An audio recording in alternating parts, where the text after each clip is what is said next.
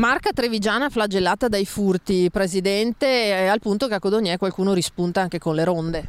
Ma guardi, capisco questo anche perché molti cittadini mi hanno contattato, mi hanno chiamato, mi scrivono anche questa mattina per dirmi qua non riusciamo più a dormire, nel senso che sembra che arrivino proprio delle squadre di delinquenti, di ladri che vengono addirittura, non so, penso arrivino con i van e li scaricano per le vie e questi vanno a far razzie. È un appello al prefetto, a tutte le forze dell'ordine trevigiane di lavorare pancia a terra, so che lo fanno già, però è pur vero che noi dobbiamo dare una risposta ai cittadini.